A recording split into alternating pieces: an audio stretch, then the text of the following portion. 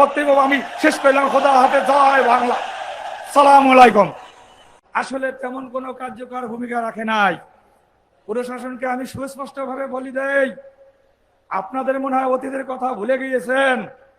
ভাই একটু পৃষ্ঠা উল্লে দেখেন জনতা ঢল 12ই ফেব্রুয়ারি বাংলাদেশে, সমগ্র বাংলাদেশে আপনারা দেখতে পারবেন কি হয়।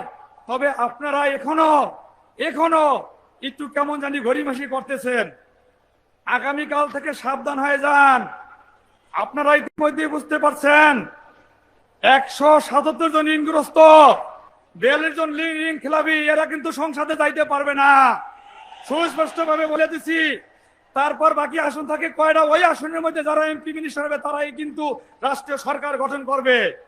আমাদের 24শে জুলাইয়ের পরে সুস্পষ্ট কথা ছিল, আমাদের যারা ঋণগ্রস্ত, ঋণ খেলাপি, চাঁদাবাজ, তারা টাকা দাখিল করিতে পারবে না। নির্বাচন প্রশ্নবিদ্ধ করে রেখেছে। ভাই প্রিয় দেশবাসী, বিশেষ করে আমার বাউফলবাসী, গন্ডগোল করেন না।